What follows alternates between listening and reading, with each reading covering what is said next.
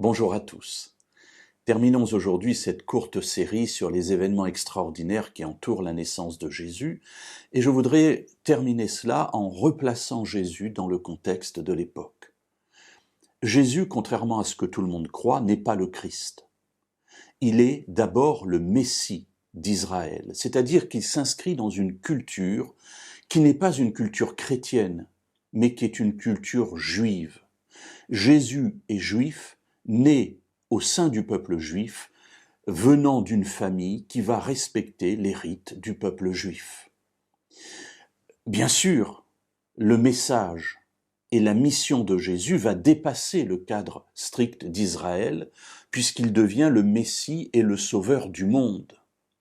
Mais malheureusement, les croyants qui sont issus de cette lignée de personnes qui ont cru que Jésus était le Messie, sont devenus des chrétiens, c'est-à-dire ont christianisé tout ce qui avait trait à Jésus.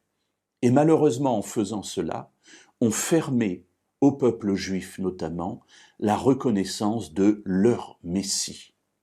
Alors, on le voit, et j'en ai parlé un tout petit peu hier, par la transformation du message typiquement hébraïque venant de la culture juive, de ce que Dieu avait annoncé au travers des prophètes juifs, eh bien, on en a fait un chrétien, c'est-à-dire quelqu'un complètement détaché de ses racines.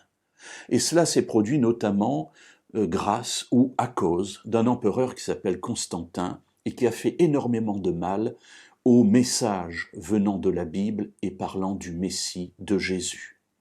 Effectivement, pour reparler simplement de la naissance, le 24 décembre, ce fameux Noël 24 et 25 décembre, c'est Constantin qui, le premier, a décidé de fêter la naissance du Messie à ce moment-là, alors que nous l'avons vu hier, ça n'a aucun rapport avec la réalité de sa date de naissance, de son époque de naissance. Cela s'est passé dans les environs de 335-336 de notre ère, c'est-à-dire quand même plus de 330 ans après la naissance de Jésus.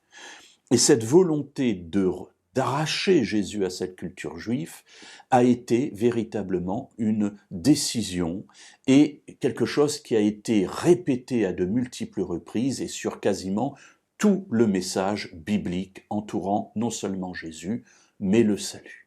Pourtant, Jésus est juif et s'inscrit bien dans cette culture. Et nous le voyons notamment au travers des événements qui vont entourer la naissance de Jésus. Dans la tradition juive, un enfant, un fils, doit être circoncis le 8e jour. Et dans l'évangile selon Luc, au chapitre 2, et au verset 21 et suivant, il nous est dit « Quand le 8e jour fut accompli, Jésus fut circoncis et ils l'appelèrent donc Jésus, du nom indiqué par l'ange avant sa conception. Et quand les jours de leur purification furent accomplis selon la loi de Moïse, on l'amena à Jérusalem pour le présenter au Seigneur. Oui, c'est le fils premier-né, cela fait partie aussi de la loi de Dieu. Suivant ce qui est écrit dans la loi du Seigneur, tout mâle premier-né sera consacré au Seigneur. Et pour offrir en sacrifice, une paire de tourterelles ou de jeunes pigeons, comme c'est prescrit dans la loi du Seigneur. Alors c'est intéressant parce que vous vous apercevez que dans ce court passage, on va parler de la circoncision, on va parler de la nomination, on va parler de la consécration du premier-né, on va parler de l'offrande des 2 tourterelles ou de 2 pigeons, et tout cela à chaque fois en précisant selon la loi, selon la loi, selon la loi. Mes amis, ce passage sur lequel on peut passer très rapidement doit nous rappeler à nous en tant que chrétiens, qui avons oublié complètement, qui avons gommé, qui avons volontairement laissé de côté l'origine juive de Jésus et de tout ce qui entoure le message qui est le sien, eh bien que oui, Jésus n'est pas chrétien, mes amis. Jésus est juif et s'inscrit dans cette culture.